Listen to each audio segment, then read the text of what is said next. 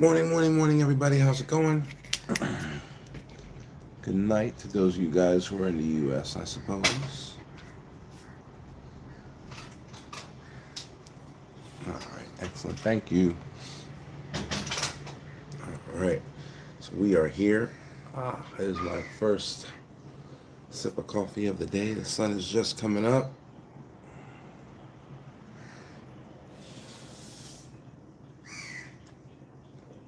Ah, so we're getting her going. All right. So, what are we talking about today? Ah, we did a training last night with I Invest Magazine. Great network. Go ahead and give them a look if you are interested in maximizing your investment and portfolio potentials. And let's talk about who has to do the work for generational wealth, right? Whose job is it to do the work for generational wealth? If you're the guy or gal starting the generational wealth, right? You're the first step in your family's new generational wealth journey. Do you have to do the work to maintain it? The answer is actually no. You don't have to do the work to maintain it. You can, right? In my family, the um, the patriarch did the work, right? But you don't have to.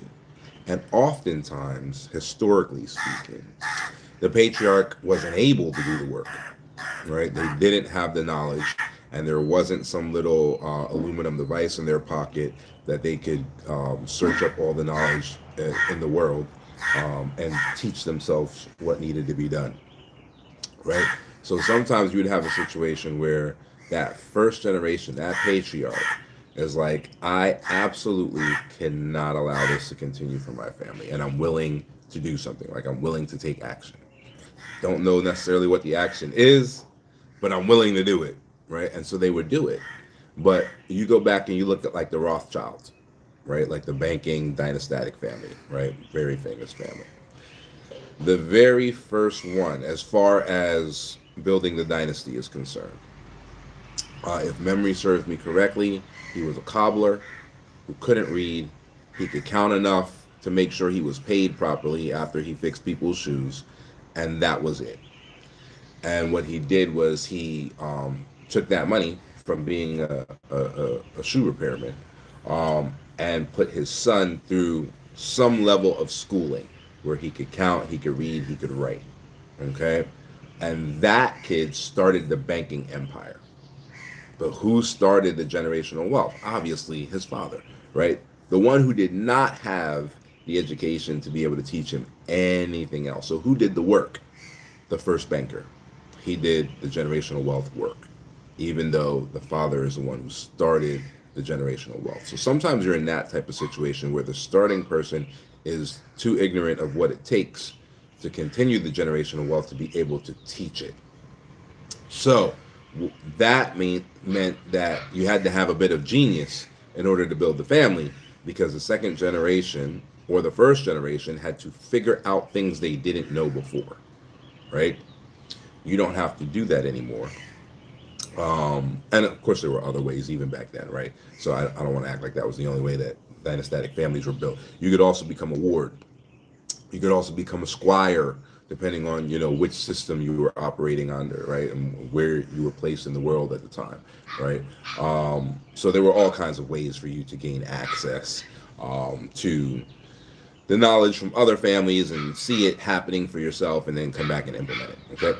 But in that particular example, that's not what happened. What happened was somebody worked really hard, gave their kid an opportunity to education. The kid took that opportunity and then built out the dynastic family, and like one of the biggest dynastic families we've ever seen, right? So now you have the option of just hiring a professional to get you the information that you need, even if that professional doesn't necessarily have it, right?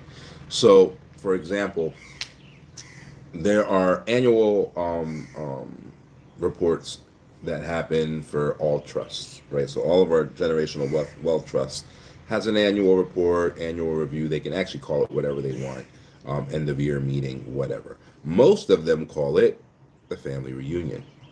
And at the family reunion, there's a family meeting and there's a this and a that and whatever, right? So most of our clients take that as an opportunity to create a legacy event. The more legacy events you have in sociology, we call them artifacts. The more family artifacts you have, the stronger that family is going to be.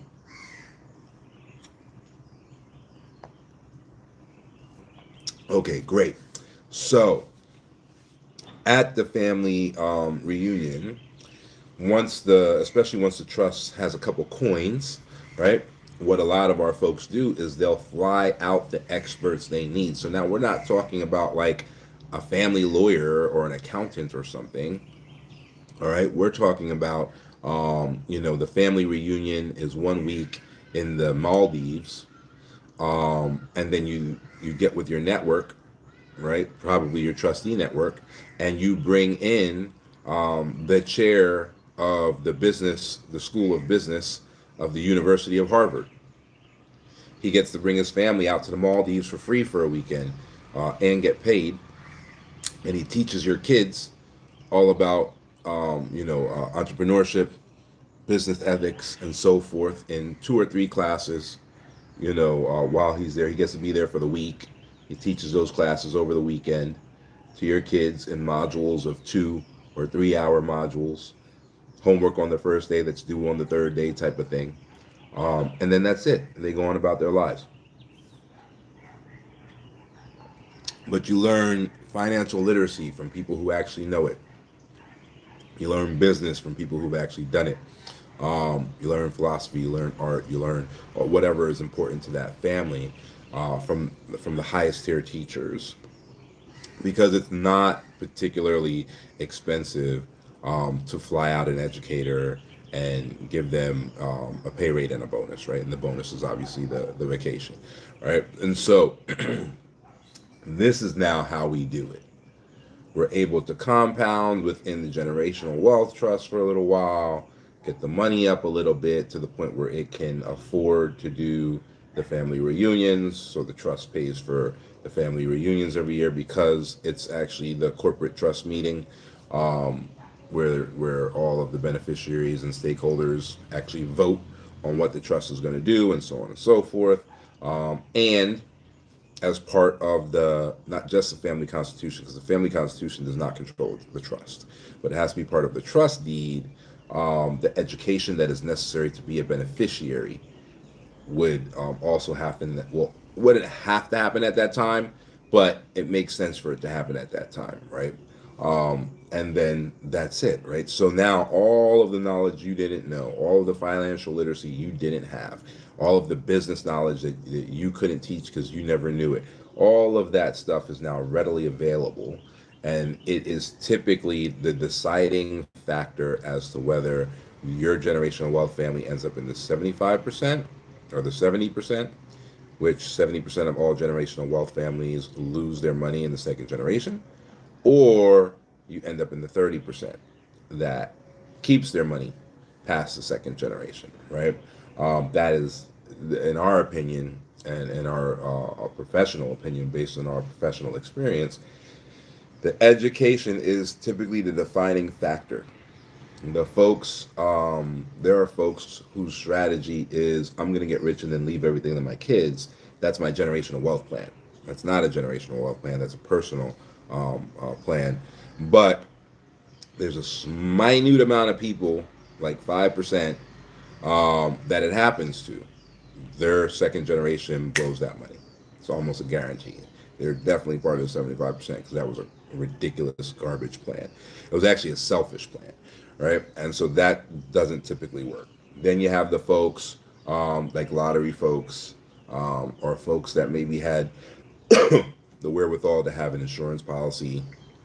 Then that insurance policy dumps into their kids or whatever, and that money is gone within a couple years, right? Lottery folks typically don't even keep it long enough to give it to someone. So if they win the lottery and then they expire, same thing happens to their heirs with that lottery money. Same thing. right? So all of those things typically contribute to the 75%.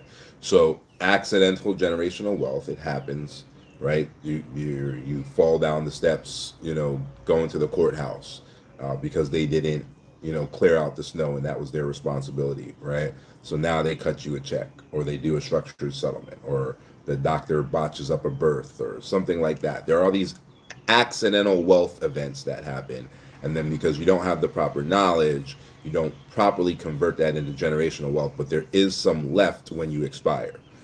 And because of that, there's a generational wealth event that happens, but then the next generation screws it up, right? Because the education is just not there. So in that 70%, some of that is accidental, some of it is purposeful, but the next generations don't have the knowledge they need to maintain the wealth. All right. So the knowledge and the education is super, super duper important. And in our professional opinion, is the difference between a successful generational wealth family and a unsuccessful one. And most are unsuccessful, right? So first of all, most people don't even get generational wealth, right? They can't, um, clear their vision long enough to see it. Okay, so there's that. So if you're already on the generational wealth path, you are already part of the exceptional minority, right? So you're already maybe 20%, giving it that globally, right? We have percentages for certain countries like the USA and all that, but they're not percentages for all countries. So globally, you might be part of the global top 20%. Okay. Now beyond, and then 70% of them are gone by the next generation. Okay, so already you're part of the elite that have done the thing that most people will not do.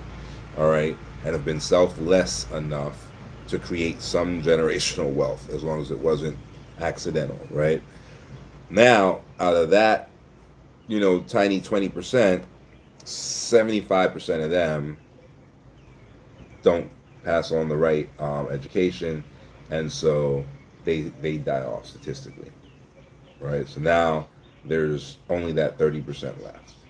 Okay, um, by the third generation, of the 30% that's left, 50% of them die off.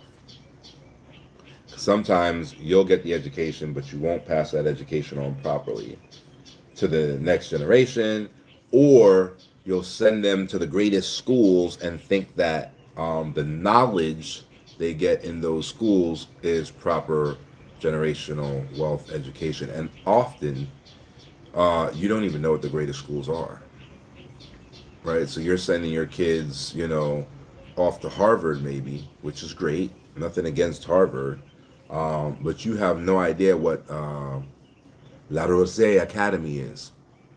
Have never heard of it.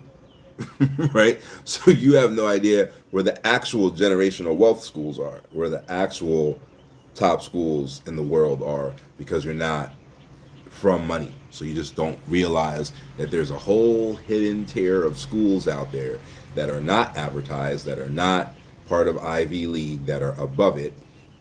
And then that's where all the generational wealth people go, right? So again, it still sometimes boils down into you don't know what you don't know, and then you hire people to find that out. You hire a Harvard department chair who's had tenure for 20 years. He knows what La Rose is. He's met 20 La Rose alumni, and he can call them, right? So it's not all just I'm calling in Harvard Harvard educators because I like the name, or I'm brand shopping, or I think it's a flex. You're also purchasing their network, right? That's something that they want to talk about.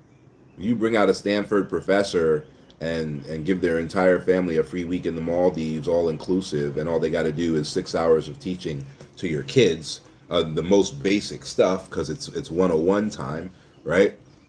That's something they talk about with their network, right? That's an impressive talking point that that they have about this family. Have you heard of this family? They flew me all the way out to the Maldives. Right? It builds your network. People want to now figure out who you are. They now want to know who you are, so on and so forth. Right? Didn't come from any ridiculous feats of wealth. It just came from compounding. We got a family that does this every year, and that's actually why I said the Maldives, because they do the Maldives every year, and they bring out Stanford professors and Yale professors and Cambridge professors every year. And they started as regular Joe Smo from Allentown, Pennsylvania, compounding their money in a generational wealth trust. So 12 years later, right? 12 years later, when there was $750,000 in that trust purely from compounding, now we're in a position where we can pay the 10 grand it costs, to fly out a professor's family, the additional 5,000 in room and board that they're going to, consume while they're there, and then pay them an additional 5,000 or $10,000, to teach the kids depending on what level they're at and blah, blah, blah, blah, what they're teaching, right? Amazing situation for them, for them to be like, oh, I just got a free vacation and $20,000 check. Amazing situation for them. And it connects you to their network, right? So now if you got a Stanford finance professor coming out teaching your kids, financial literacy, what network are they connected to? What is Stanford known for, right? They're connected to VCs. Right? If they're the chair of the finance department at Stanford and they're coming out to teach your kids financial literacy, they're connected to VCs. That's why for a long time, that's why people even went to Stanford. They go to Stanford and then they drop out just so that they could meet the SEC requirement that they had a prior relationship with investors that require qualification, right? So at that SEC level, where you're dealing with investments that require qualified or accredited investors, however you want to word it, part of the requirement isn't just that the investor is a qualified investor. Part of the requirement to even talk to them about the investment is that you had a prior relationship with them, right? And that's why there were so many Stanford dropouts, because so many VC networks came from Stanford. Right, so then it was feasible to be able to say, oh, well, I'm a Stanford alumni, he's a Stanford alumni, we have a prior relationship, we're both in the alumni association, right? And so these are how these connections are made. When you don't have them in advance, it's not as hard as people try to make it seem to find the gatekeepers. We know where the gatekeepers are. You can logically figure out where the gatekeepers are, right? And typically those things are excuses that for lack of a better term, lazy people use so that they don't have to do the work, right? Oh, they're gatekeepers. Nobody knows where they are. They're in the secret society. They're in the Illuminati. We can't find them. All right, you just don't want to do the work, dude. Just don't do it. Just say it with your whole chest. You don't feel like doing the work. You don't care about your family, and go home. Like, stop with the nonsensical tales of Narnia, right? But it's pretty simple to figure out where the gatekeepers are, right? Harvard invented the MBA.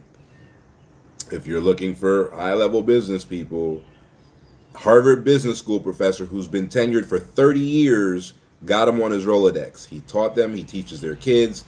He's one of the gatekeepers. He can put you in touch with whoever you need to be put in touch with if he believes in whatever it is you're doing, right? Jack Ma was a guy like that. Jack Ma taught business in college that had never run a business. He literally stopped teaching business in college, went out there and did it, kind of to prove, in his own words, to prove to himself that he could, because he was teaching the theory all the time and had never done it. So he put himself in a position, to see if he could actually do what he was teaching in school. But after all of those years of teaching in school, did he know some students who had done it? Did he have a Rolodex? Did he have some social capital and social networks that he could tap into? Of course he did. And he's their professor. So he automatically holds a certain level of prestige and a certain level of respect, in their mind as teacher.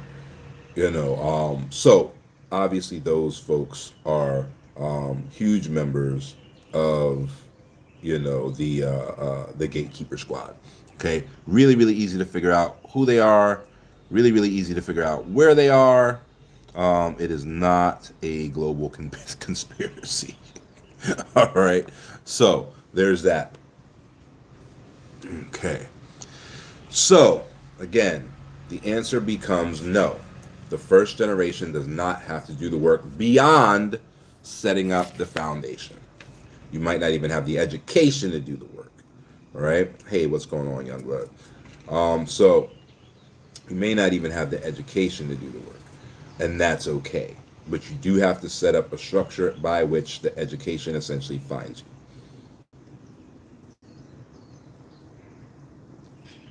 you, or finds your generations, rather. Right?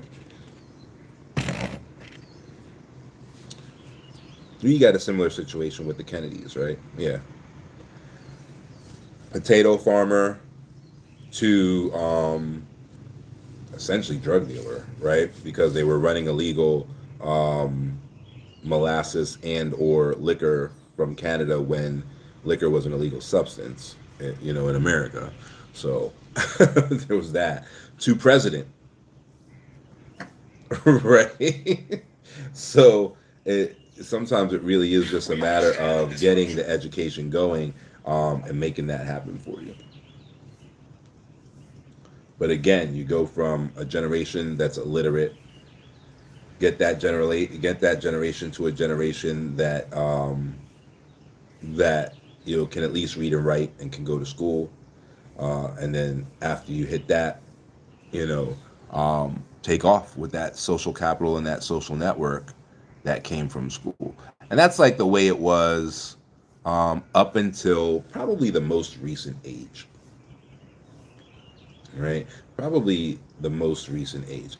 Now, I think they're trying to shift away from a lot of the schools and kind of create new methods and new networks. For a while there, it was coding. It was drop out of school and go to coding camp. Now we've gone back to school because those people who created those tech companies were like, only the founder seems to do good with dropping out. So we need people with degrees again, especially for advanced coding and advanced processes inside the tech world. And so now it's gone back to school, but I know they're still looking for another way, right? Because school, you're sifting through tons and tons of people trying to find the person that has the natural disposition and the person that can really pick up on what it is you're putting down in your company, in your kind of brand language, right? So just knowing how to do it isn't good enough. Knowing how to do it the meta way is the only way it works, or knowing how to do it the Apple way is the only way it works, right? And so that becomes tough with all the polls of college candidates. It was funny. A friend of ours went to Meta headquarters, and he said that he didn't see a single black person the entire time he was there, or white. Right? He said everyone was Asian. Right? So you end up now getting these kind of circles of people that are approaching, from whatever direction they're approaching from, and then that becomes the new social norm. That becomes the new social capital. And like anything else, it's tribalism, right? So, like anything else, it becomes a matter of, did you come from the same place I came from? Oh, okay, then you belong here, right? Did you come from the same school I came from? Oh, okay, then you belong here, right? Same zip code that I live in. All right, maybe you belong here, right? So that is just a lesser form of tribalism, and it exists everywhere. We just try not to call it that, right? We might call it corporate bias, right? But it's tribalism nonetheless. So you got to decide, what it is that your family is focused on, and you might need to maneuver that next generation to align with that tribe. That's another part of your structure, another part of your foundation. Thank you.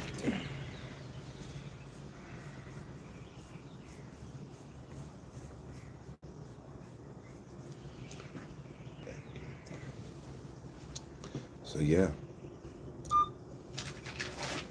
thank Thanks. you.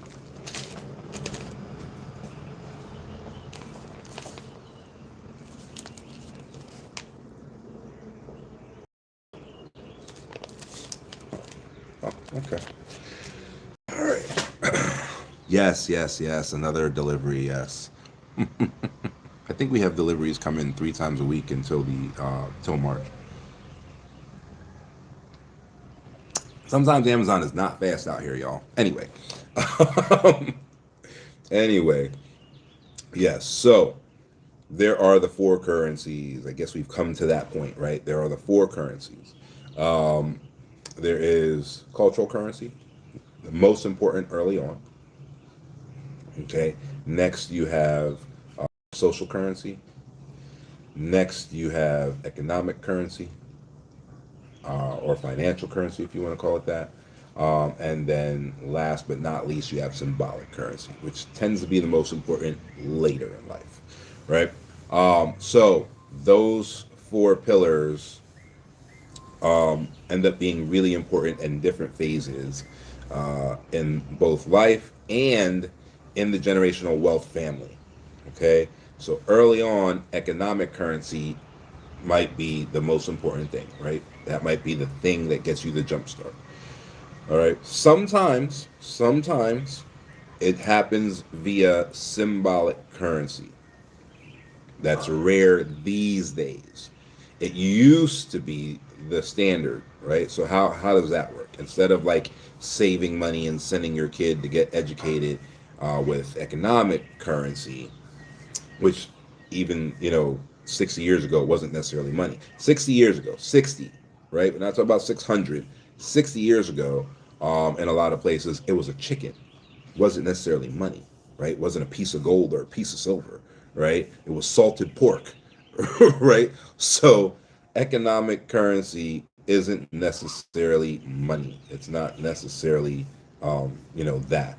But symbolic currency being used as the currency that is compounded on to create generational wealth in the past looked like an apprenticeship under a famous master, right? So your kid, maybe had an academic disposition towards law, and not so long ago, less than 100 years ago, the way you became a lawyer was to apprentice under a lawyer. It wasn't going to law school, right? Same thing with a doctor. Not so long ago, the way you became a doctor was you apprenticed under another doctor, not medical school. There was no medical school, right? For the longest time, most doctors were butchers, right? They had a day job, and you called them when a baby was being born or when someone broke their leg. They came, they fixed the leg, they delivered the baby, and you paid them with a dozen eggs and one chicken. Right? Not too long ago. This is not ancient history, okay? This is, 60 to 120 years ago. That's two generations, right? You might not know anybody who's 120 years old, but you know somebody who's 60 years old. And they knew somebody who was 60 years old, right? So that 120 years, you're talking about from pa to grandpa. It's not that long ago, all right? So that's the way symbolic capital used to work. So who are you? Oh, I'm the apprentice of Dr. So and so. I'm the apprentice of carpenter so and so or tradesman so and so. I'm the apprentice of the blacksmith. I'm the apprentice of the well maker. I'm the, so on and so forth. Right? So that was symbolic capital. It didn't mean that you knew anything. You might have became apprentice yesterday. Right? But there was symbolic capital that you traded on because you were the apprentice of such and such. Right? Wardship also worked that way as well. Okay, so somebody could take a ward. Modern folks tend to know the term ward the most from Batman. Imagine my surprise where every time I mention the word ward in a family constitution workshop, people are like, "You mean like Bruce Wayne with Batman?" It took me forever to actually figure out this ward thing in the Batman comic, but it used to not be a comic book thing. It used to be an actual thing where people would take a ward. All right, rich families, whatever, would take a ward. It was a way to give back to a certain extent. So you became like a legal guardian for that child. The child was typically an orphan, and they got a firsthand look at how your house was set up, how your businesses are set up. They were treated essentially just like your own child, but you didn't necessarily adopt them, right? They built networks, through the things you had going on, so on and so forth. We don't see wards as much anymore. It's out of fashion in the last 60, 70 years. All right. But that used to be one of the entry points. Okay. Squires, now we are getting into like the 1600s and all that. But people would go squire for a night or whatever, and gain access that way. Sometimes it still happens, right? So if you look at what our family had just done, we had a governess that took care of our son's education and all that. Outstanding governess, right? Um, but she was able to gain social capital and symbolic capital by being our governess and then traveling with us internationally where we went to do business deals, and then handling that the right way, respectfully, requesting introductions, letting us know that she had an intent to start some businesses and all of that. So now you have an entry level business person who's never done business before, right? Who has been introduced to high level Chinese manufacturers, suppliers, shippers, the whole nine, and was able to set up the retail store that she wanted to set up with all of the top, manufacturers, producers, shippers, and distributors, possibly in the world, behind her, right? Because she was able to leverage our network and leverage our social capital, right? So her first business, she has all the keys to the kingdom, right? And then of course she went to explore the business that she wanted to do, which means we're now looking for a new governess, right? So that wardship for savvy people was incredible because it allowed you to skip the line, and then those people start their own generational wealth and they go from there, right? So it still happens, but we didn't call her our ward. We didn't go through the legal paperwork of making her our ward. We paid her for a position. She did the work she was paid to do, and she expressed that she would like to be able to move past that position and do what she wanted to do, and we supported that, right? Most families who are already in that minute position of building generational wealth and doing what so many people will not discipline themselves to do, will support other people in their goals. They don't like to have their time wasted though. So if you're not going to actually do it, it's better off not even mentioning it, right? Because you'll be burned for that, right? You waste my time. It's the last time we ever speak, And so, if you can do that, if you can be of service to a family that's already there, it's the modern version of a wardship. And as long as you're for real and you're, not just talking about it, you're ready to do it. Typically, those families will help you out. The biggest kind of constant to building legitimate substance is that you build it by supporting other people in building substance. That's the way it works, right? So you can't become a millionaire unless you make a whole bunch of people thousandaires, at least, right? If not other millionaires, right? You cannot become a billionaire unless you make a bunch of other millionaires, right? That's just the way it works. Okay, so those families are trained by circumstance to assist other people in gaining substance. That's the only way for them to amass substance themselves. So as long as you're about it, then the wardship could actually work. But you can't be a talker. You got to be a doer. All right. So those are the ways that people broke through who didn't know what they didn't know, and at least were savvy enough to realize, like, well, I don't really know how to break into this class. I don't know what I don't know. I don't know what I have to teach the next generation. I just don't know how to do this, and maybe I legitimately can't afford a professional. You know, then you got to be of service. That ends up just being all there is to it.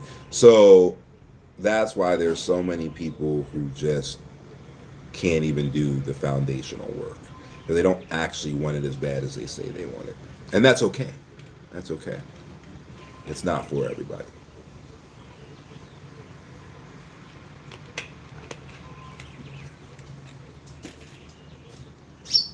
Okay.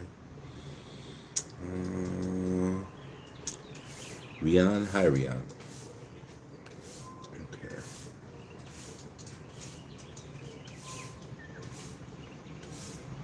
How do the four capitals work? So the four capitals are traded.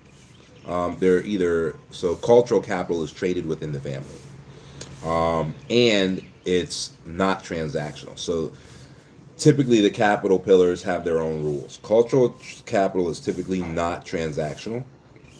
It's typically inspirational, and it's only traded within the family. It's the most important capital early on, right? So it's the capital that's going to set up the disposition to go further. Okay, um, so that's what you're looking at with cultural capital. Um, all right, I already did, so now I'm going to remove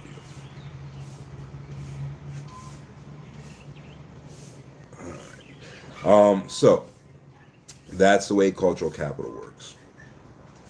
And so an example of that is how you engage your kids, right? How so I need to start recording my son more. But we were out eating as we do almost every day. We typically go out and get a snack or something, right? And so we're out, we're eating, we're whatever. There's another mother in the restaurant with a boy about the same size as mine. That doesn't necessarily mean the same age, right? So a boy about the same size as mine. My son's 22 months old, so anytime he sees another child, he says it. He says, "Look, there's another child," right? He's fascinated by it. And so this mom is pretty aggressive with this kid, right? Like the kid is trying to like sit on her lap, like she's smacking the kid for trying to sit on her lap, right? The kid is trying to like taste her food. She's smacking the kid for like reaching into her food. Um, and so my son is seeing this and he's like horrified. Like it doesn't make any sense to him at all. But he's also willing to ask questions about it, and his language skills are not the greatest. He's not even two yet, right? But he's why is she making the baby cry, right? Funnily enough, he says that in three languages because he only knows certain words in certain languages. So he says that sentence perfectly, by the way, but he says the sentence in English, Swahili, and Chinese, right? So, but why is the lady making the baby cry? And then we have a conversation about it. The same way I'm having a conversation with you, not in Goo Goo Gaga, not in baby talk. The same way I'm talking to you is the same way I'm talking to him about it, right? The disposition that he's gaining from that. Curiosity is valid. If I have a question, it deserves to be answered, right? I don't deserve to be patronized. I deserve the same respect as everybody else. I deserve to be answered in the same way as everybody else, right? So, like I said, we have, a new nanny coming in and all of that. The new nanny kind of goo goo gagas him from time to time, right? So sometimes the tone that she'll use to talk to him is the tone that you use to talk to a little baby, right? He rejects it, to the point where he sometimes even can't control his emotions yet because he's 22 months old and he'll like slam something, who are you who are you patronizing, right, at 22 months old, right? So these things create different dispositions, right? And then them seeing how you deal, with your anger, how you deal with your emotion, teaches them emotional regulation. This is cultural capital. It's being traded within the family back and forth, right? But it's not transactional. Cultural capital is never transactional, right? Then your next level up is social capital. Social capital is never traded within the family. Social capital is always traded outside of the family and is typically transactional, right? So that's how you build your social networks. That's how you deal with the schools that you've gotten into. That's how you deal with your classmates. It's typically cause and effect. It's typically transactional. So that's a different situation, right? Social capital, the value of it is based on the valuation of the party members, right? The valuation of the players. So because we create those dispositions in cultural capital, those dispositions now affect the value of the social capital. So when that kid goes to school and engages the teacher as a learning partner, right? Not an authority figure, but a learning partner, right? I have the right to ask you questions. It's my responsibility to make sure that those questions are formed the best way they possibly can be so that I can efficiently get the knowledge that I want from that question. And you have a responsibility to engage with me, right? What does that kid become? That kid becomes the top student in the class. That kid becomes the student that the teacher leans into the most, right? That because that kid is raising their hand the most and that kid is having meaningful dialogue back and forth. Well, if X is true, then does that mean that Y is true as well? Oh, really? Is there a rule for that? What's the rule?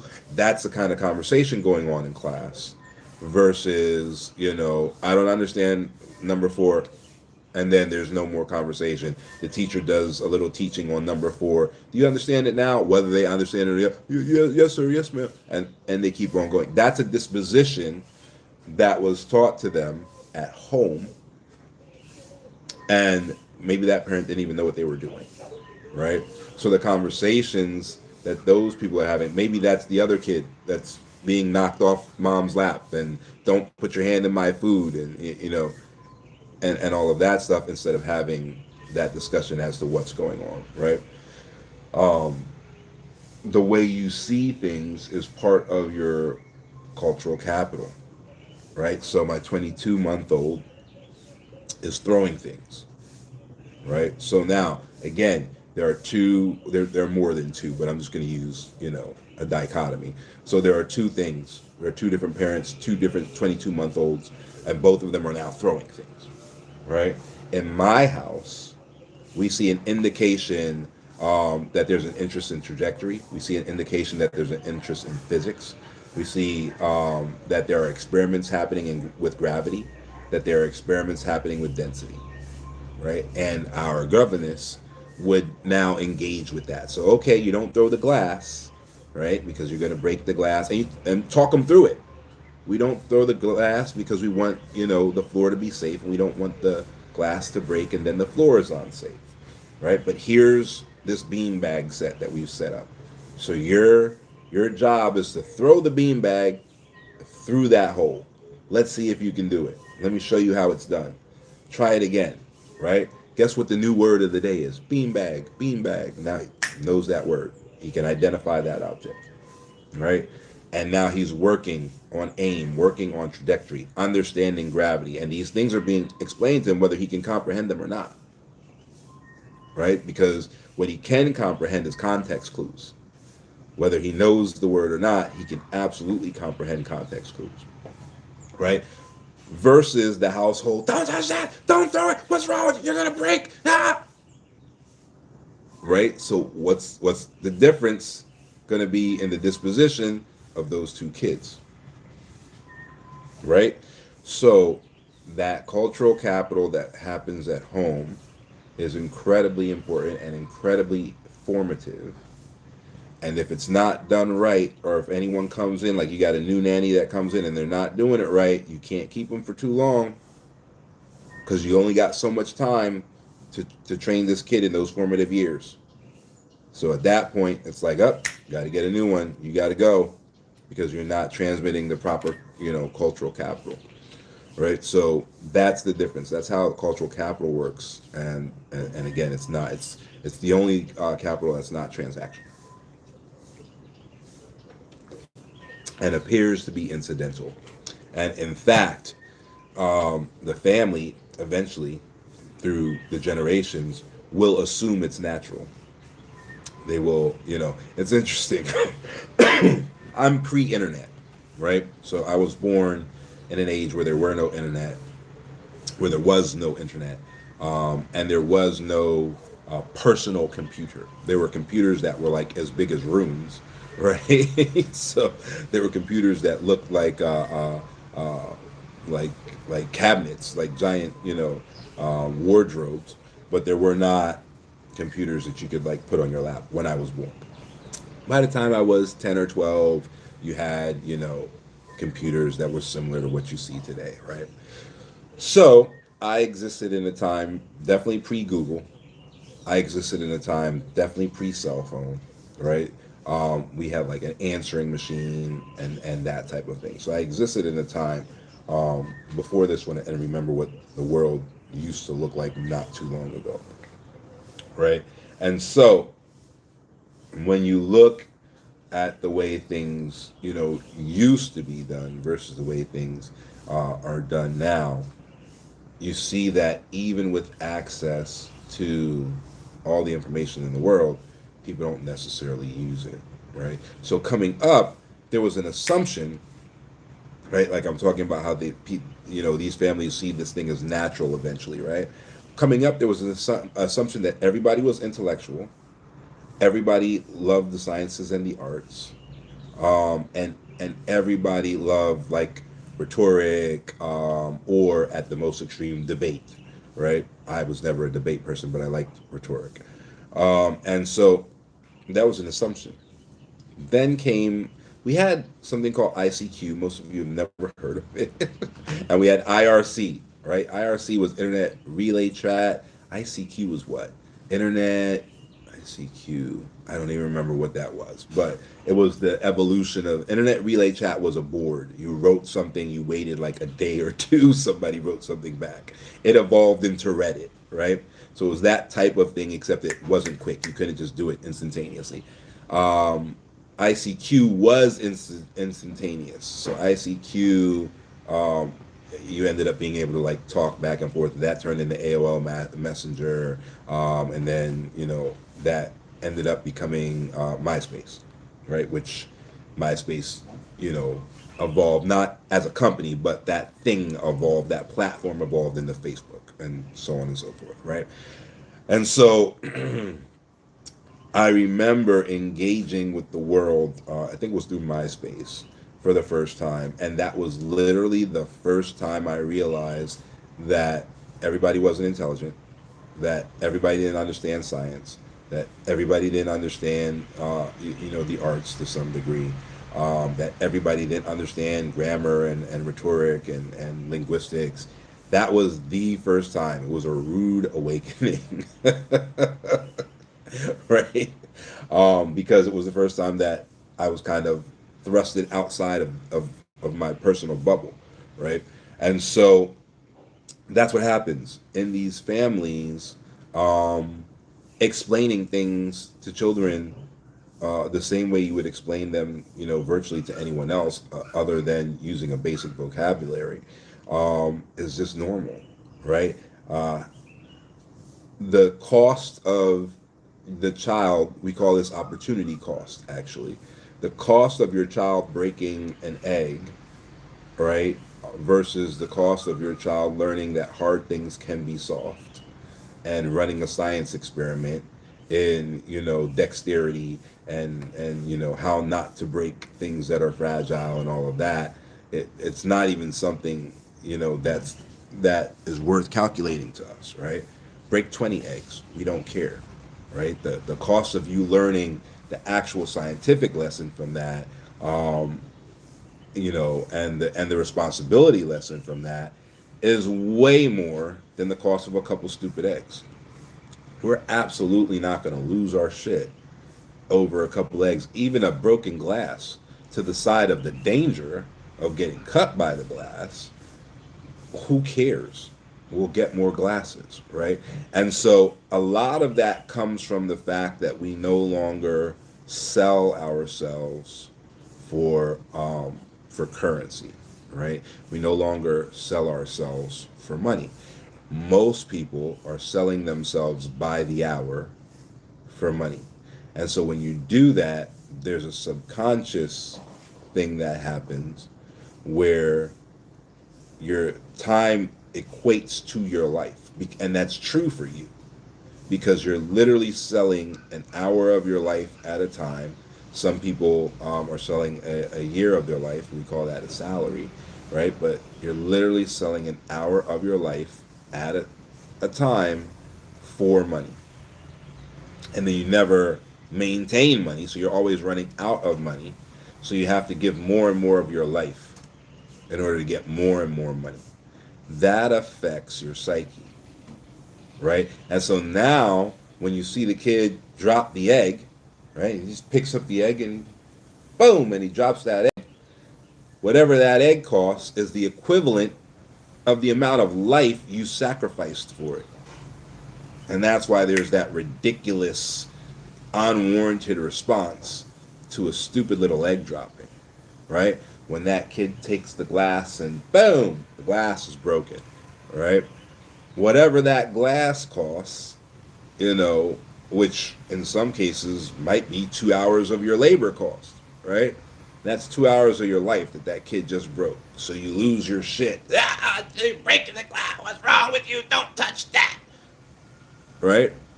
When you stop trading your life for money and someone breaks a glass, no one cares. We'll buy a new glass. And the time it took them to break that glass, we made enough money to buy 3 more glasses. Who cares? What did they just learn about structural integrity?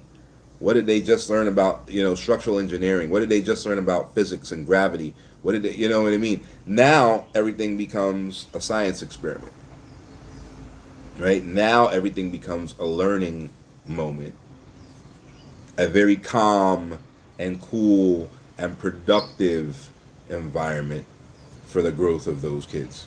And then those kids have the number one superpower in the world, which is curiosity. Right?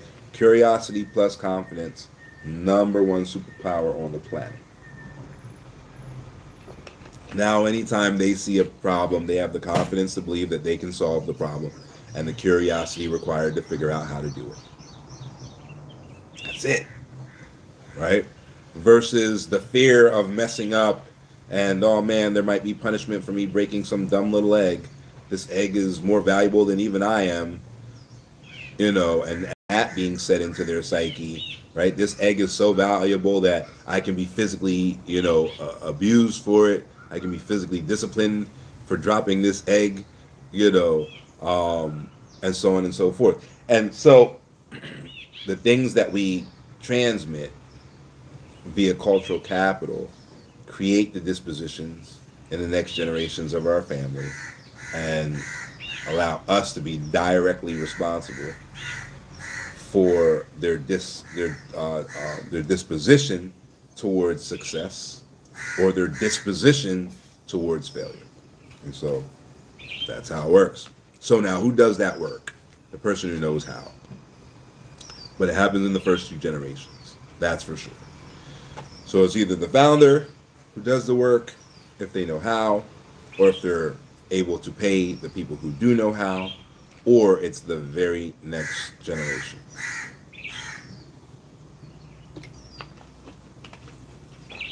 After that, the family's already failed.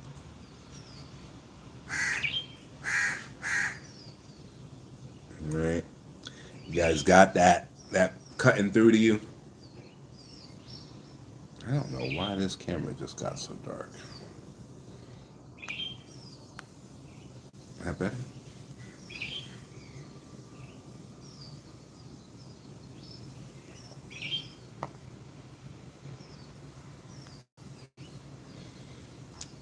Feel like I got oil on the lens now.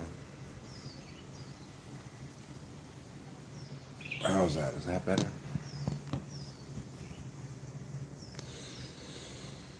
All right.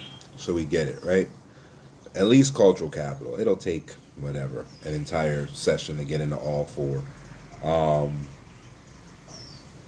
where do I go to learn more? Learn more about what? Because depending on what you're actually asking, the answer might be different.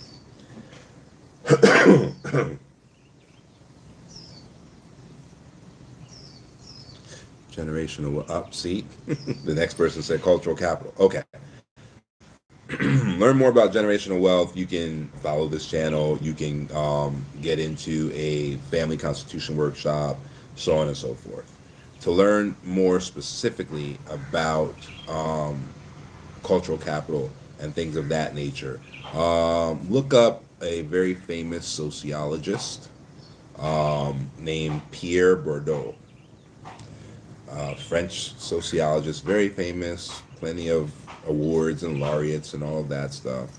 Um, there's tons of research and work and stuff that he's put out, peer-reviewed studies and all that stuff.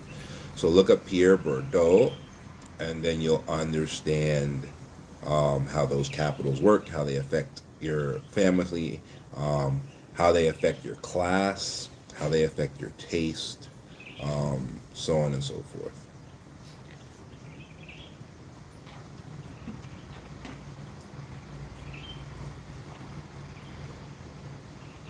Yeah, French sociologist Pierre Bourdieu.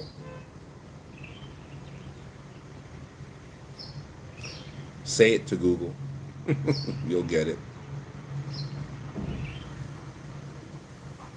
Yeah, generational wealth, you just need a professional.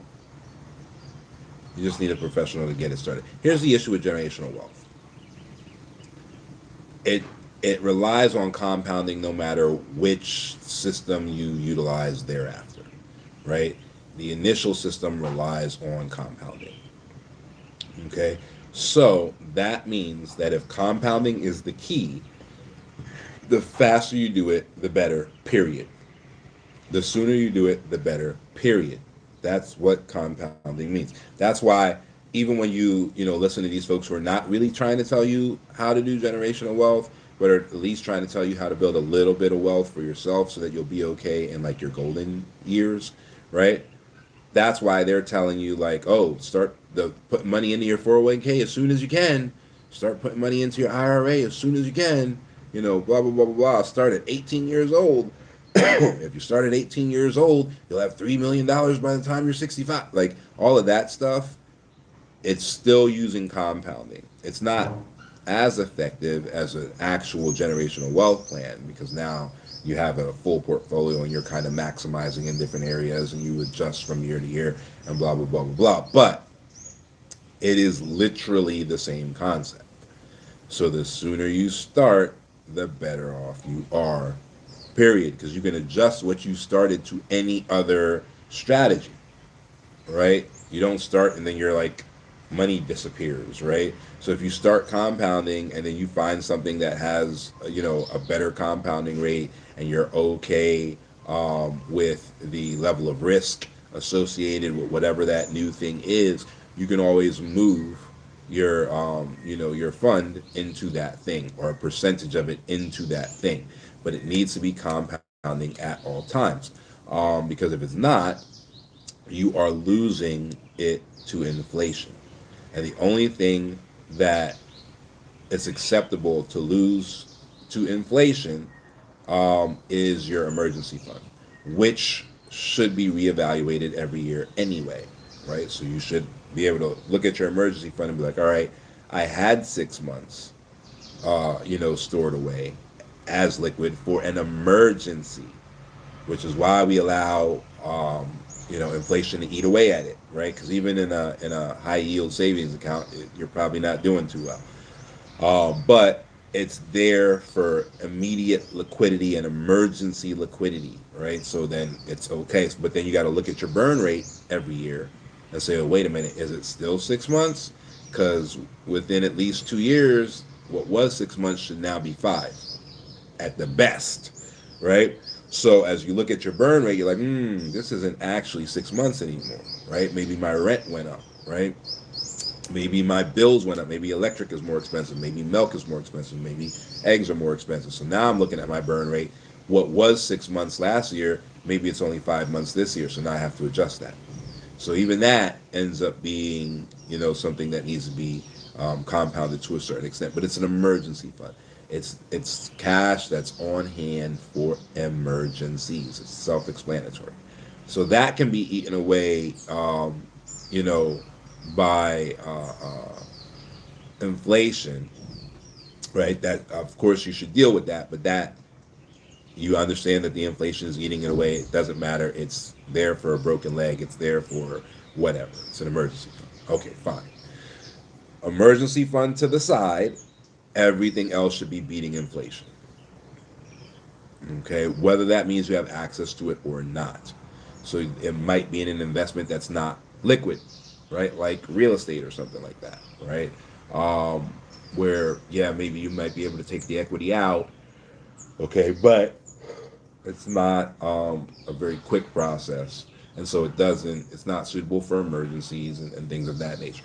You might have treasury bonds. They're not liquid. You don't get the money back until maturity, the initial capital. You might be getting a payment from it annually or biannually, or if you have a bond ladder, maybe even monthly. But the actual capital driving the engine, you're not getting that back until maturity. It's illiquid, right? Some of the best investments as far as return on investment that we've seen have been syndications. That money is not liquid, right? You can't easily get your money out of a syndication. Okay. Then you have like stocks, right? Stocks on the stock market, securities on the securities exchange, and so that is liquid. You can put in a sell order and sell a share, sell equity, sell a security. That's liquid, right? So for your liquid investments, things of that nature make more sense. So it's just a matter of having that portfolio diversification over time, right? Typically, the amount of money that you start compounding with, you're typically going to have that being something a little bit more safe. So you're looking at that being, like for our people, they start with treasury bonds, right? Treasury bonds are more safe. They have a set and predictable amount of cash flow that's coming in, and then as that cash flow starts trickling in, that cash flow is cut up in percentages. So maybe 20% is invested in securities exchange. Maybe another 20% is invested in real estate. Maybe there's 5% that's set aside for ad hoc investments. Maybe there's another 20% that goes into additional bonds. And then you may have a certain amount that's set aside for professional investing, right? Things that you don't understand yet, like derivatives. Derivatives are really hard to learn and very difficult to be good at. So maybe that's something you hire a broker and you say, okay, I want 5% in derivatives, I want 5% in options, and these really advanced forms of investing, right? That you don't know how to do. Do not try to do the investing that you don't know how to do with money that matters. If you're willing to throw away $10,000 and figure out derivatives and options and calls and puts and all that stuff, all right, that's up to you. But you're way better off faking it. There are simulations where you can use like fake money, like you just tell it I have $1 million, and then you can do trades, and it'll process the trade the same way a trade would be processed, but it's fake. It's like a virtual interface, and then you see what you would have made or would have lost had you done it for real, and it uses all the real market information, all right? And then you see, right? Like I've had people use option simulations and they end up owing $3-4 million because they didn't understand how options worked, right? And so they actually owe money, which is possible in options, right? If you buy a stock in the stock tanks, you don't owe anything. You just lost all your money. But different types of investing could put you in a position where you owe money, right? And so, if you're really interested in learning that stuff, go take a class, go use those, virtual engines and see what would have happened. But typically, you want to hire a professional to do that, and that's where things like the family office come into play. So eventually your family will have a family office because there'll be way too many members. Not everybody's going to specialize in finance, but the family must go on. And so there'll be an office which is essentially like a dedicated Wall Street broker, that all they do is investments for you, right? For your family. And so there are different levels of family office, that come with different levels of how much money your family got in that moment, right? But eventually you'll get to a place where you just own your own family office. You're doing all your own investments, and that money is pouring back into the trust funds. And by that time, there are multiple trust funds. So typically, the first trust fund, the one that you guys set up in the beginning, um, is, as long as it hasn't been dissolved because it was set up poorly, that happens sometimes. But that first one is feeding all the additional ones, right? So that first trust fund is then feeding all of the subsequent trust funds, and those subsequent trust funds are normally by design, right? So, like right now, we're pledged to do 100 new generational wealth trusts in 2026. We have five of them done already, so we got 95 left. And the last person, they set up their trust, and then their trust will then move in beneficiary to their grandkids, and their kids will hold a position either as enforcer or as trustee, co-trustee, for those grandkids, right? And then, in order for them to hold that position, based on the language of the trust, they have to create appendant trusts, right, for their grandkids as well. And their trusts become beneficiary, not the actual kids, right? So their trusts will become beneficiary, and then that will keep happening. So to skip a generation, their kids will become trustee of the trust for their grandkids, and then those trusts will be the beneficiary of the main trust. So that main trust that was created will pour money into all of the generations, but none of them will actually have access to the trust directly.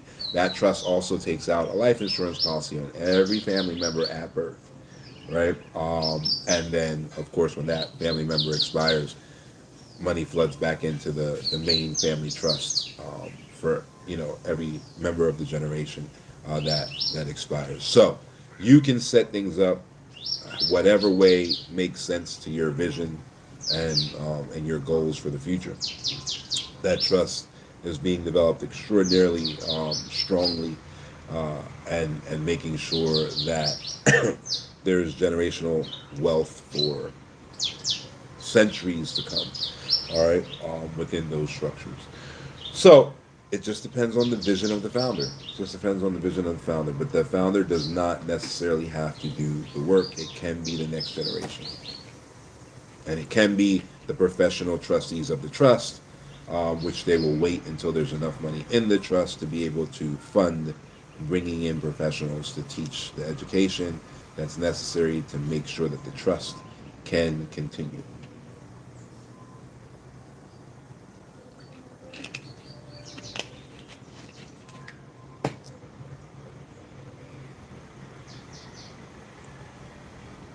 Yeah, there is a manual, actually. The manual is called the Family Constitution. So you write the manual. And that makes life a lot easier on your family. Right? A lot of people, there's no book to raising kids, there's no book to building it. There can be. You just got to write it. Right? So our clients who have family constitutions, not all of our trust clients do, but our clients that have family constitutions, that's exactly what the family constitution is. It's a book on how to live. It's a book on how to have kids. It's a book on how to raise them. It's a book on how to deal with problems when they arise in the family, when somebody in the family does something stupid, um, and everybody wants to cut them off. It's a book that teaches you exactly how to deal with that situation. It's a book on how to deal with your accounting. Like all the questions that you might have are now in that book. And the answers are now in that book, right? So that's what a really good, solid family constitution does. It gives you a manual on life. That's why you don't hear about the same issues in dynastic families that you hear about in non-dynastic families, right? When's the last time you heard about, somebody in the Rockefeller family, somebody in the family of Windsor, right, the royal family of England, somebody in in the Kennedy family, a DuPont, even a Carnegie? When's the last time you heard about their baby mama, baby daddy drama?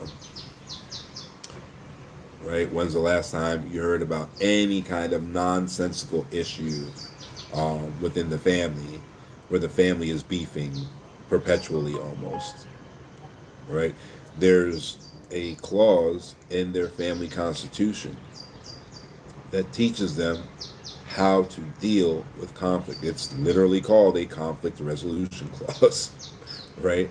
And so once that's set in stone and you know exactly how that's supposed to go, when something goes wrong, the family can handle it. And there's discipline and punishments and all that in that clause, right? But the family know how to handle it. You handle it and you move on. You have closure because punishment and judgment has been dealt out. The judgment is non-biased because of the way that the clause is set up. It's essentially impossible to be biased, or your bias will be visible immediately if you try to push the bias through, and then the family will fall apart, right? So stewardship, the ability to hold the family together, is part of that education that's necessary, but it creates a completely different dynamic where nonsense and foolishness cannot thrive. And that's why you don't hear those stories in those families, right? And in the rare outlier, and the rare exception that proves the rule, it is handled immediately, right? Paris Hilton is a great example of that, right? She was a rare outlier. Conrad Hilton cut her out of the family. That was the discipline from their family constitution for, the crimes against the family that she committed. She was kicked out of the family. She had no part of the trust, no part of the family wealth. That family, didn't remove the name, right? But she had no part of so she had to go utilize the symbolic and social capital. She still had her social networks, and there was still the symbolic capital of the name, right? That she was able to then go out there and utilize and do something on her own. But it's hers. It has nothing to do with the family, right? She's not a part of that family in a dynastic way, right? Same kind of thing that you're looking at with Meghan Merkel and you know Harry, right? Their inability to use the royal titles and all of that. That's part of the conflict resolution, um, within their family constitution. And so whatever violations took place, a ruling was set down. You can't use these titles anymore. You can't do X, Y, and Z anymore. And you're probably not part of the main Windsor Trust anymore, right? Now there's probably an ancillary trust just for that, or an endowment even just for that, or almost like a severance, right? An amount of money that's um, ejected when you're released, and then you can set up your own formations and set up, your own trusts and things of that nature and move forward from there, right? But these things allow for family to work way smoother than your standard family. It allows for family to stay together much longer, which is the whole superpower of having a dynastic family, is that no one can beat you except another family, right? Sometimes even governments aren't strong enough because they're an amalgamation of individuals versus an actual legitimate family. Sometimes even governments aren't strong enough to beat a family, right? And so that's the power of having an actual squared away family that's following a family constitution, that everyone's in alignment, that everyone's moving towards similar goals, or in the same direction at least, and everyone is being a good steward of wealth and of all four capitals, right? Because what ends up happening is the economic capital is the easiest capital to cultivate, period. There's nothing easier than money, right? It's the other capitals that are incredibly difficult to cultivate, and that's where real wealth is stored. All right. Any questions on that? Are we good on that?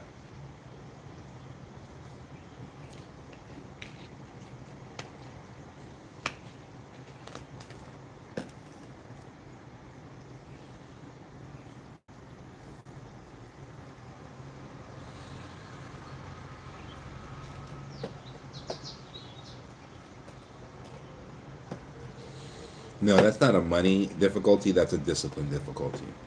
Money is easy because money you just have to let the money grow, right?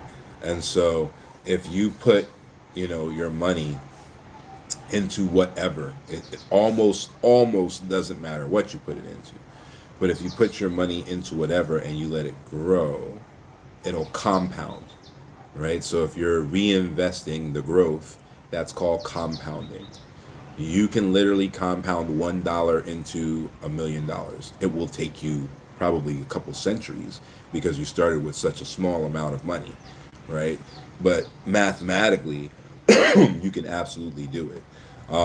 But if you start with more reasonable amounts of money, um, then that money will just compound.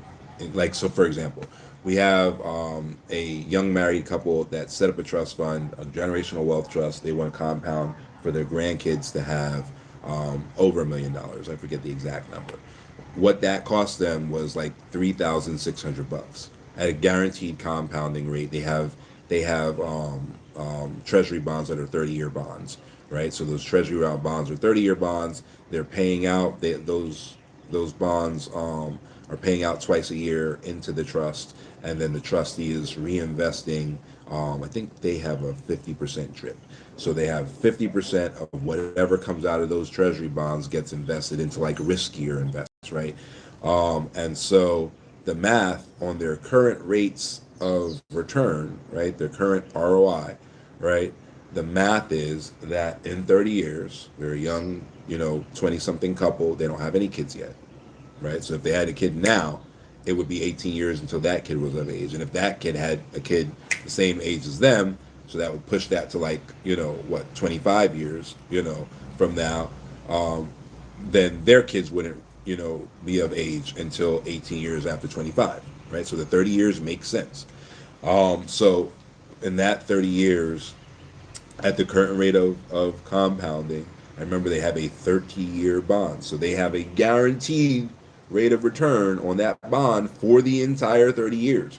There are some things that are variable, which are their other investments, but their base investment, they have a guaranteed ROI for the next 30 years on that by the government. There's a government guarantee on that ROI.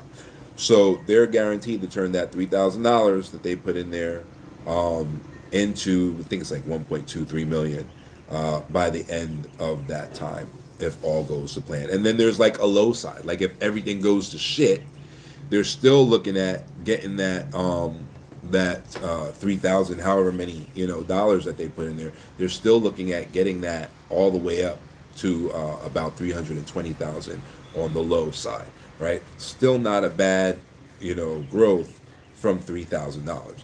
So if you use a stupid amount, $100, something ridiculous, and that's all you ever throw in there, then yeah, it's going to take 100 years to become 200,000, or something like that. But if you put a reasonable amount in up front, or you set it up where there are you're essentially paying into it the same way people do with their 401k and their IRA. Like if you treat it that way, then you're going to compound faster. So that's the easiest thing on the planet.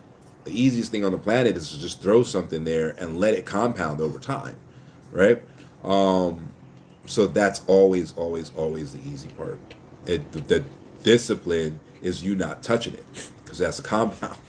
So if you start touching it, that's where you're killing yourself. But that's not a difficulty in the money. That's a difficulty in your own discipline.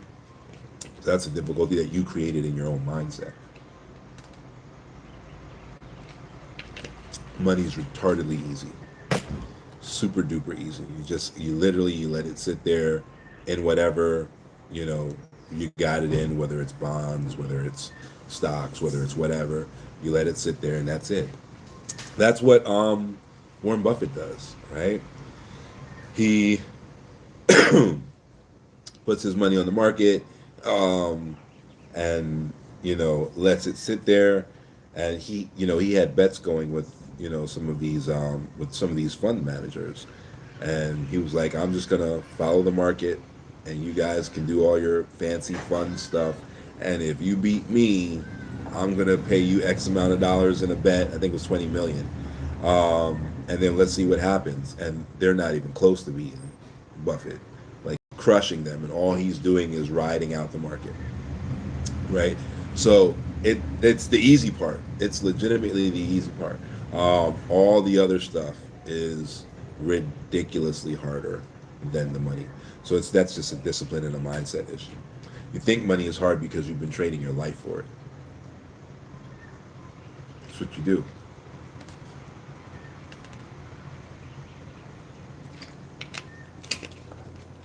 That's what it is. You give up 40 hours of your life every week, maybe more, right? Maybe you got two full-time jobs and a part-time job, so now what's that?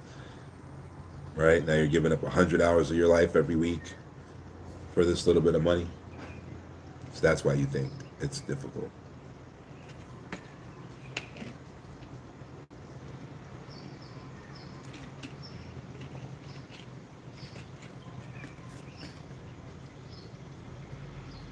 Well, no. So again, it's just your mindset. I just actually gave you like three or four solutions to that you can go do tomorrow,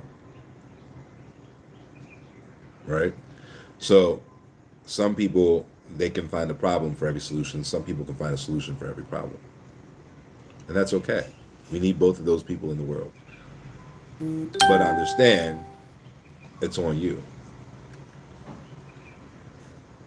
You can stay in that predicament and keep coming with excuses, or you cannot. You can go buy a U.S. Savings bond tomorrow for $100.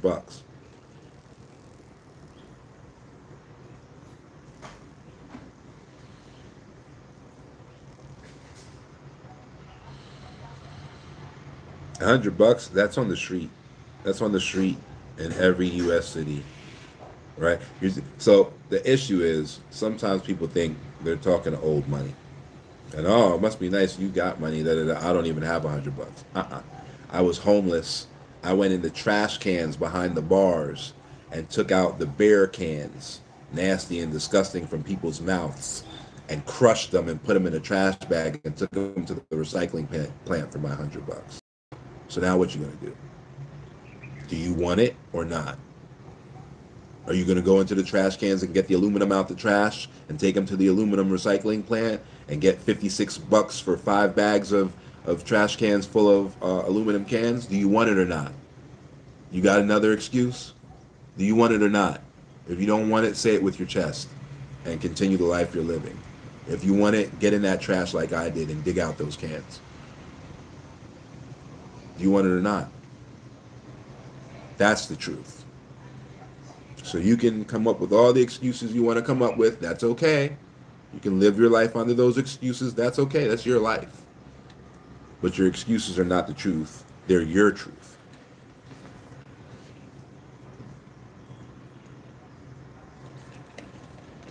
So it's up to you.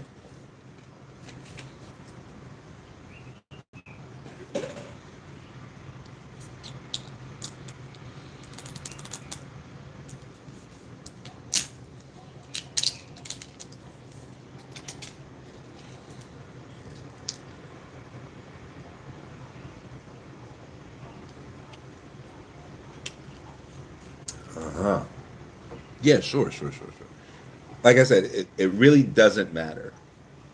Because really, your generational wealth plan isn't for you anyway. A lot of people fail because they're greedy, right?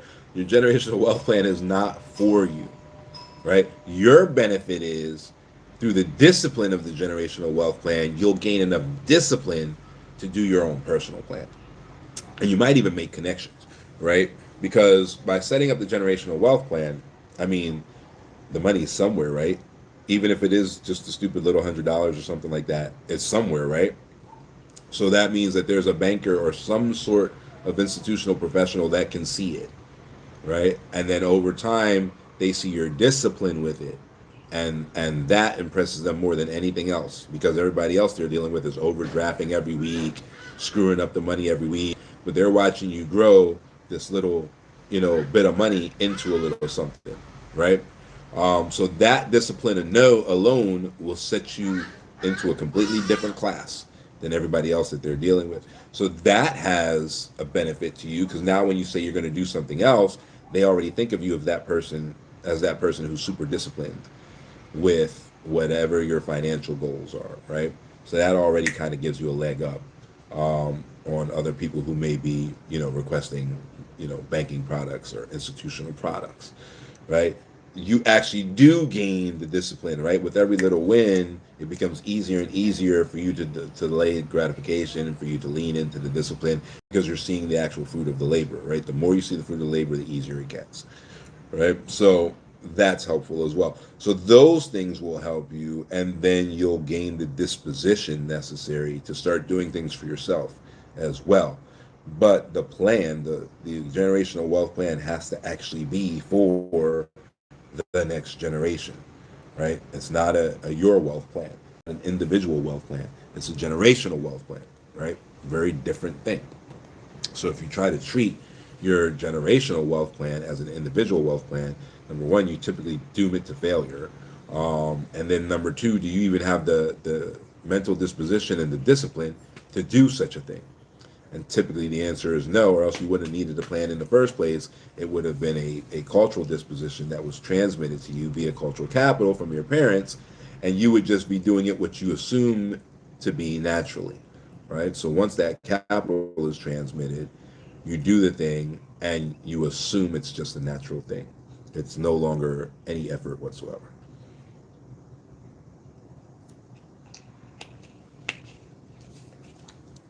Right. That's typically always an additional generation, right? Because you remember a time where you didn't have it, so it's obvious effort to you. But to your kids, it might just be what everybody does, and it might not be effortful at all, right? It's just the way that the system works, and it's the way that you're supposed to do X, Y, and Z. You're supposed to put it away for 10 years and then come back 10 years later. Like, you're supposed to have maturity ladders where things are maturing, every 6 months or every year or every month, even, right? So those things might just be normal things to the second generation of the family, whereas they're discipline slash character building things for the first generation of the family.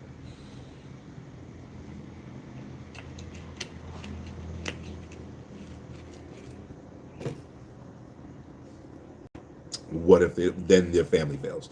That's why 70% of the families fail. So that's what we were talking about the first half of the session, right? So 70% of dynastatic families or generational wealth families fail because somebody only did the easy part of the money and did not do the hard part of the cultural, symbolic, and social capital.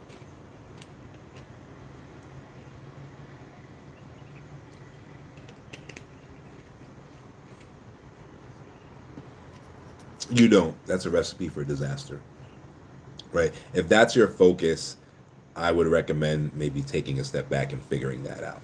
If you're trying to join the elites or join old money or join a certain group or a special social club, it's not going to work out too well for you, right? That's a recipe for what you should be doing is trying to improve your family, and then you'll find your niche, right? There are all kinds of clubs and social capital organizations and all that stuff.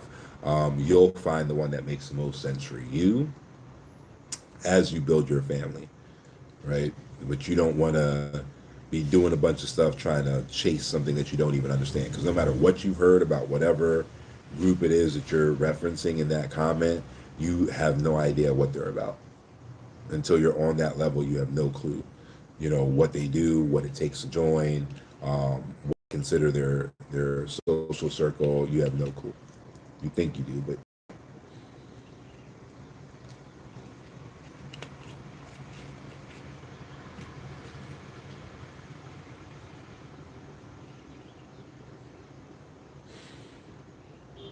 Yeah, it doesn't matter unless it matters to your family legitimately, right? Then it doesn't matter. It doesn't matter the things that they think are classy. It doesn't matter the things that they think are highfalutin or whatever the case is. Don't live your life for anybody else. None of that shit matters.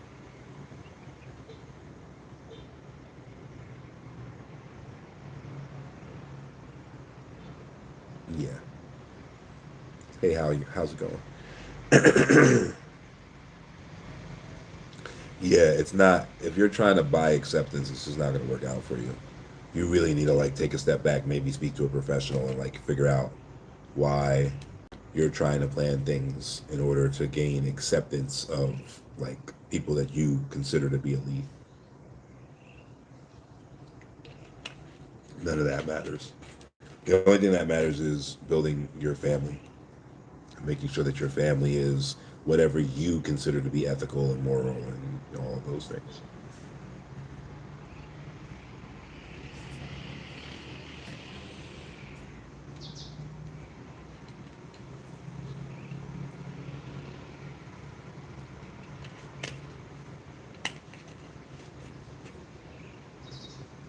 Yep. Yep. Not a problem at all.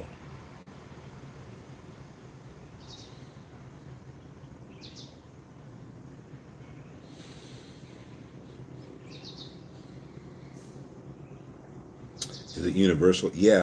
Yeah.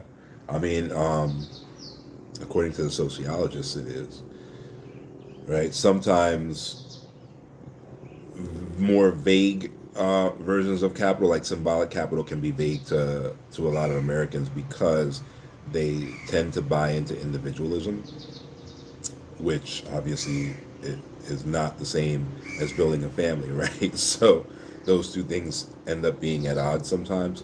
So when they're trying to build and deal in like symbolic capital, sometimes that's a foreign concept and a little bit more difficult for them.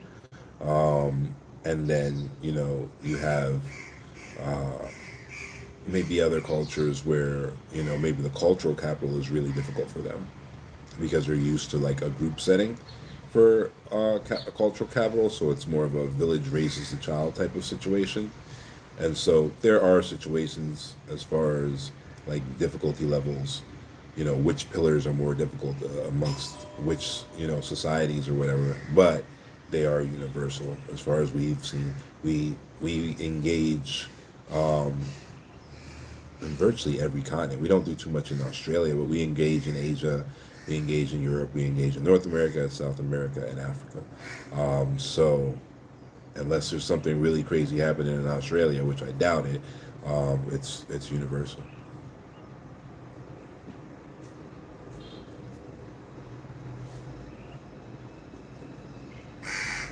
This requires discipline. Most people are undisciplined, like period, right? Most people are undisciplined. Even people who study and practice discipline, like myself, there are areas in my life where I'm totally undisciplined, right? So just because I'm extraordinarily disciplined in certain areas, that does not mean that I am holistically disciplined, right? It's almost an expression of humanity to lack discipline somewhere, right? And so that it's just a matter of locking into the disciplines that you want to have. That's essentially what it is. And then making sure that you're dedicated to self-improvement, essentially. That's essentially one of the pillars of stewardship. The only difference is that instead of it being self-improvement with generational wealth, it's family improvement, right? So you're dedicated to the improvement of the family, okay, and that becomes one of the pillars of stewardship.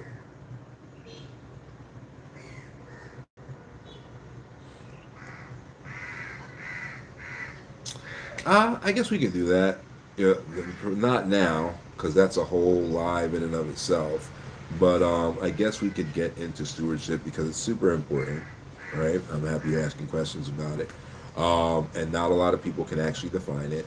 Um, in any kind of practical or functional. Obviously, there's Oxford and Webster's, but in any kind of practical or functional way, and it is the thing that grows family legacies and maintains family legacies the most, right? It's at the end, all that other stuff comes first, right? So it's the house that you build on top of the foundation, but it is super important in that way. So I suppose we could do that.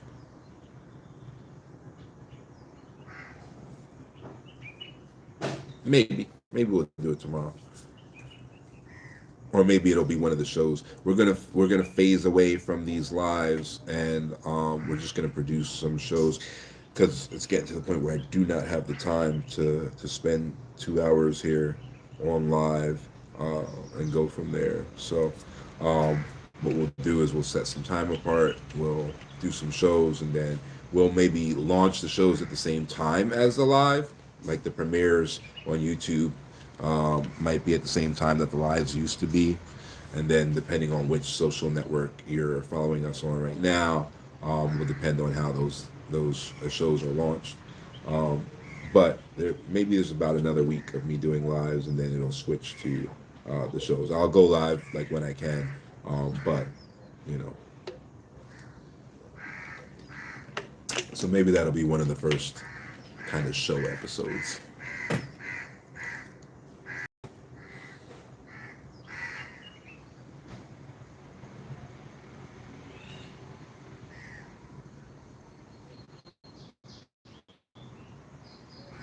All right, you guys have quieted down. It has been 140 minutes that we've been live.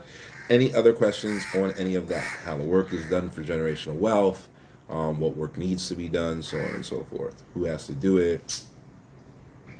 Any other questions on any of that? Or am I calling it?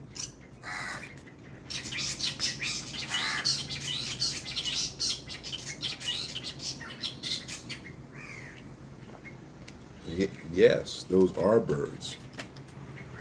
When I say I'm outside, that's what I mean. I'm outside. There is no music or alcohol involved. This is the real outside. You hear birds, not sexy red.